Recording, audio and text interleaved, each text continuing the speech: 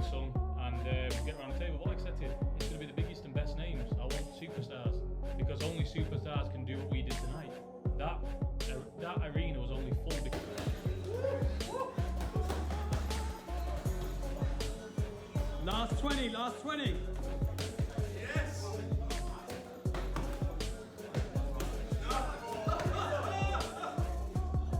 10 to go.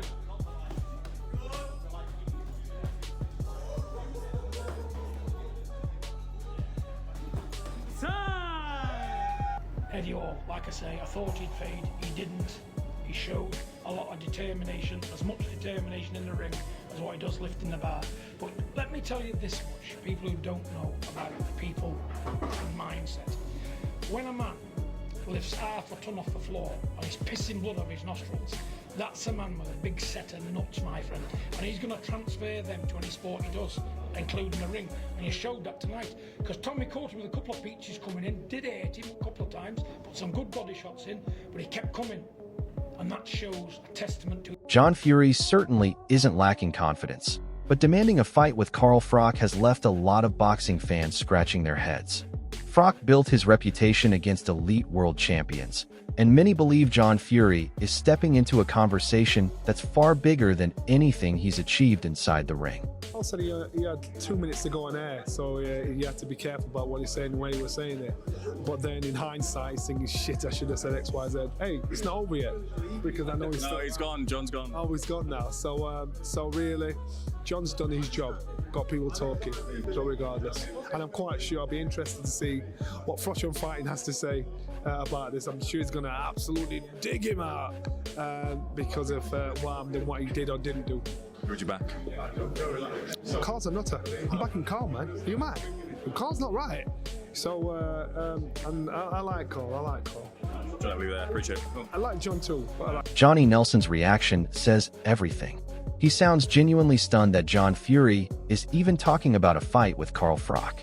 Many fans feel the same way because Froch's accomplishments place him in a completely different category when it comes to proven boxing credentials. An unformed title Fury should get the job done, without a doubt. And that to me is that's how it should be. I expect nothing less. He's called for a trilogy fight alongside Usyk. We've heard that a few times from Tyson. Does that interest you? And do you think there is a way where Tyson Fury can reverse the result? He's in an amazing position where Tyson needs him more than he needs Usyk needs Tyson. And so Usyk's going to go where the biggest money is. So unless the platforms want it, then Usyk will do it. Otherwise, I'll be very surprised. Said at the start, we've not saw Tyson for a while. We've also not saw John for a while. Even while discussing Tyson Fury's future, the conversation keeps circling back to the growing friction between John Fury and Carl Froch. That tells you how much attention this feud is generating.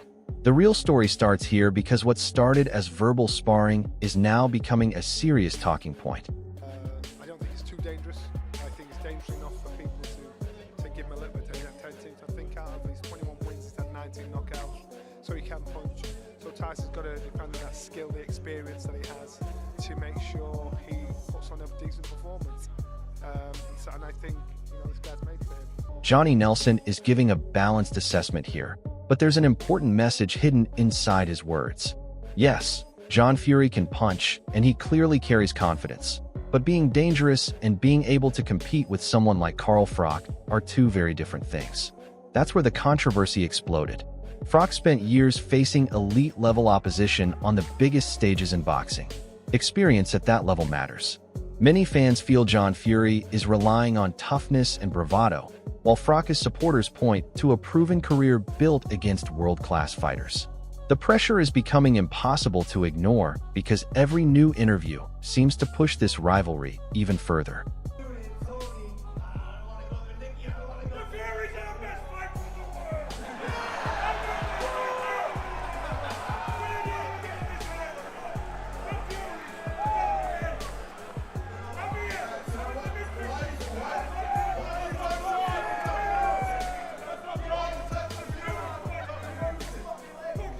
You can hear the frustration in Johny Nelson's voice.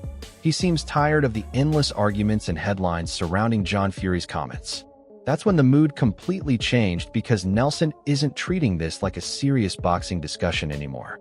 Instead, He appears to view it as unnecessary noise that distracts from the bigger fights happening in the sport.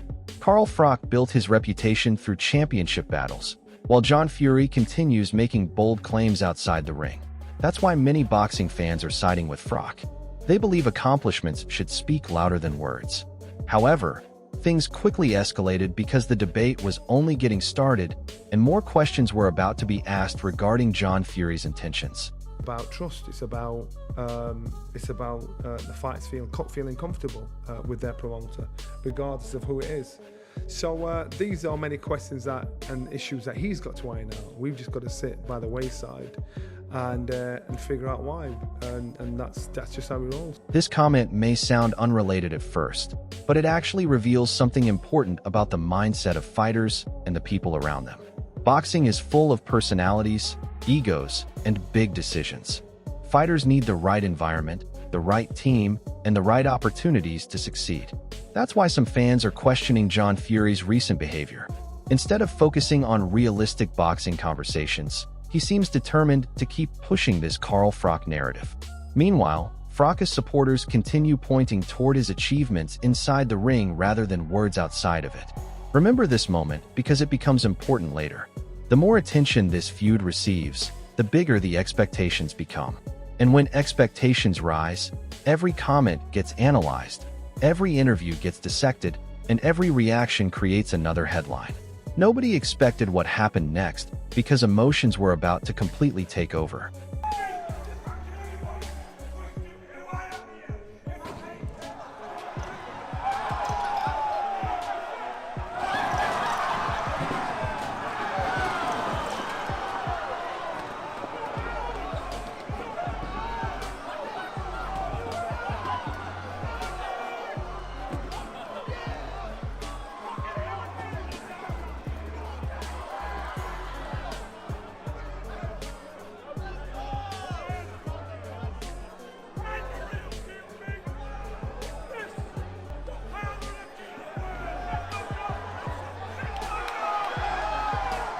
This is the moment that many boxing fans still remember whenever John Fury's name comes up. The emotion, the shouting, and the table smashing instantly became a huge talking point across the sport.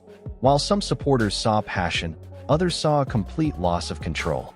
That's where the controversy exploded. Carl Froch has always built his image around confidence and directness, but usually without turning every disagreement into chaos. The contrast between the two personalities couldn't be clearer.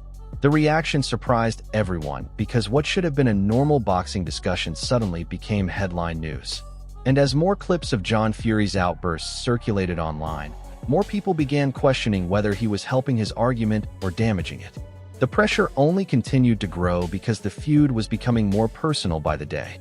Say in a few weeks' time, we'll sit around the table, kick your feet up, enjoy my son, and we'll get around the table. Like I said to you, it's going to be the biggest and best names. I want superstars, because only superstars can do what we did tonight. Even without a direct quote here, the timing of this clip speaks volumes about how much attention this story has generated.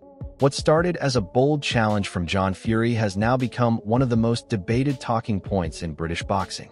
That's because fans keep asking the same question. Does John Fury genuinely believe he can compete with Carl Froch? Or is this simply another attempt to keep the spotlight firmly on himself? The reaction surprised everyone because instead of fading away, the story kept growing. More interviews, more opinions, and more criticism continued to pour in from across the boxing world. Meanwhile, Carl Froch remained the man whose achievements continued doing the talking. That's where the controversy exploded because the more people compared the two resumes, the bigger the gap appeared to become. The pressure was now impossible to ignore. Yeah. You learn in your first fight, you learn just as much in your very last fight. I learned so much in my last fight.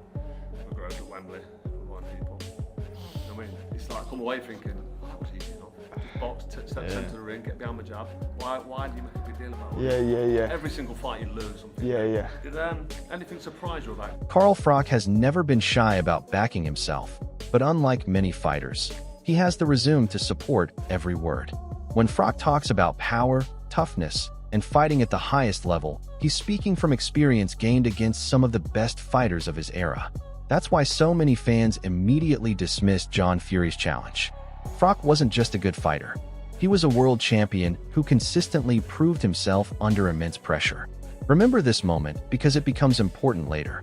The discussion isn't really about confidence anymore. Both men have confidence. The difference is that one man built his reputation through championship victories, while the other built his through controversy and confrontation. The reaction was impossible to ignore because every reminder of Froch's accomplishments made John Fury's challenge look even more unrealistic. What are you looking at? Don't look at me, so book your head in the fucking nose. I'm your friend, John. I'm not my fucking I'm your friend, John. This is exactly the image that has followed John Fury throughout much of his public life. Loud, aggressive, emotional, and completely unwilling to back down from a confrontation. For some fans, that's entertaining. For others, it's becoming increasingly difficult to separate the theatrics from reality. That's when the mood completely changed. The more aggressive John Fury became, the more people started siding with Carl Froch. Why? Because Froch doesn't need to shout to remind people who he is. His achievements already do that for him. The tension was now impossible to ignore because every outburst seemed to generate another headline and another debate. But that's not the biggest issue. The real problem for John Fury is that aggression alone doesn't win boxing arguments. Results do. And when fans compare accomplishments, championship success, and proven performances, most continue to land firmly on Carl Froch's side. The situation was about to get worse because John Fury still wasn't finished making demands. Okay, video to Carl Froch. You're having plenty to say, mate, on the little podcast channel. You know, John Fury's rung the bell for you again, got you plenty of content, got you plenty of viewing figures, what you was after. But listen, your mate George Groves said something very interesting. You and me, Wembley Stadium, 93,000 crowd. I'm up for that, my friend. You know, and let's put it this way. You've had plenty to say, I have, I'll stand by every word I've said. You don't like me, let's see what you can do about it. Hater versus top father, that's what we'll call this. But it's got to make business sense because it's a business, let's not forget that. So get your people to contact me directly, just me. I'm a one-man band. Let's talk about the business side of it, get the contracts drawn up, and I will fight you Wembley Stadium this year. Don't worry about that. John Fury will not back out of a fight with you, my friend. This is exactly the image that has followed John Fury throughout much of his public life. Loud, aggressive, emotional, and completely unwilling to back down from a confrontation. For some fans, that's entertaining. For others, it's becoming increasingly difficult to separate the theatrics from reality. That's when the mood completely changed. The more aggressive John Fury became, the more people started siding with Carl Froch. Why? Because Froch doesn't need to shout to remind people who he is. His achievements already do that for him. The tension was now impossible to ignore because every outburst seemed to generate another headline and another debate. But that's not the biggest issue. The real problem for John Fury is that aggression alone doesn't win boxing arguments. Results do. And when fans compare accomplishments, championship success, and proven performances, most continue to land firmly on Carl Froch's side. The situation was about to get worse because John Fury still wasn't finished making demands.